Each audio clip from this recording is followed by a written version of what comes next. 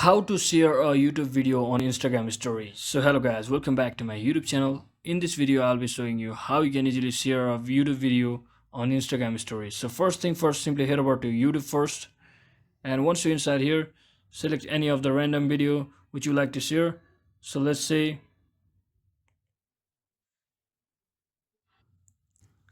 I want this t-shirt video over here.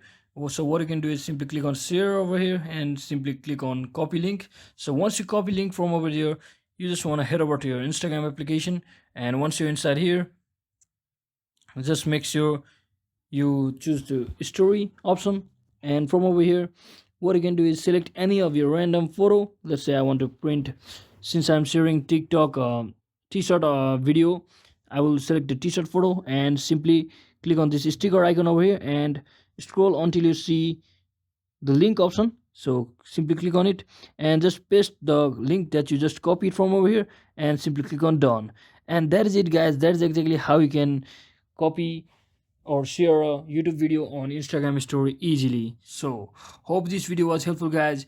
If it was, don't forget to like and subscribe to the channel. See you on the next one.